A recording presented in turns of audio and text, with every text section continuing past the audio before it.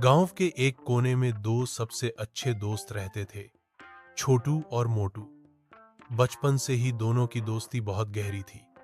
वे एक ही स्कूल में पढ़ते, एक साथ खेलते और हर सुख दुख में एक दूसरे का साथ निभाते।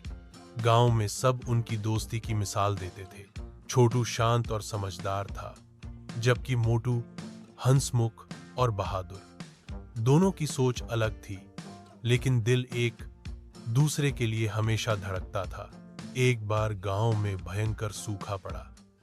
खेत सूख गए, लोग पलायन करने लगे। छोटू के पिता ने फैसला किया कि अब शहर जाकर काम करना पड़ेगा।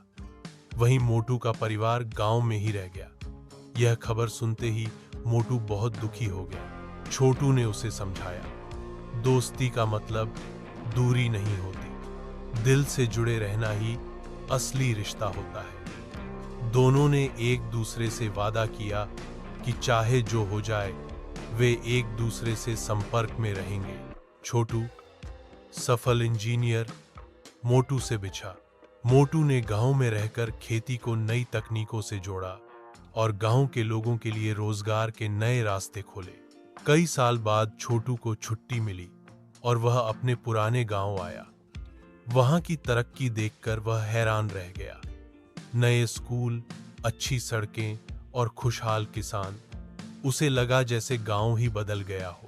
छोटू ने एक बुजुर्ग से पूछा, यह सब कैसे हुआ?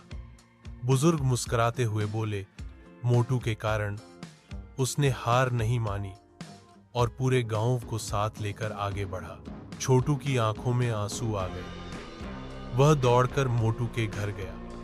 मोटू उसे देखकर पहले कुछ पल चुप रहा, फिर दोनों गले लगकर खूब रोए। इतने सालों की दूरी जैसे एक पल में मिट गई। छोटू बोला, मैंने तो बस अपने लिए जिया, लेकिन तूने सबके लिए जिया। मोटू हंसते हुए बोला, दोस्ती यही सिखाती है, देने का जज्बा।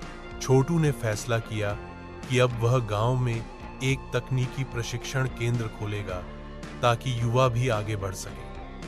मोटू ने उसका हाथ थाम लिया और कहा, अब हम फिर साथ हैं, जैसे बचपन में थे।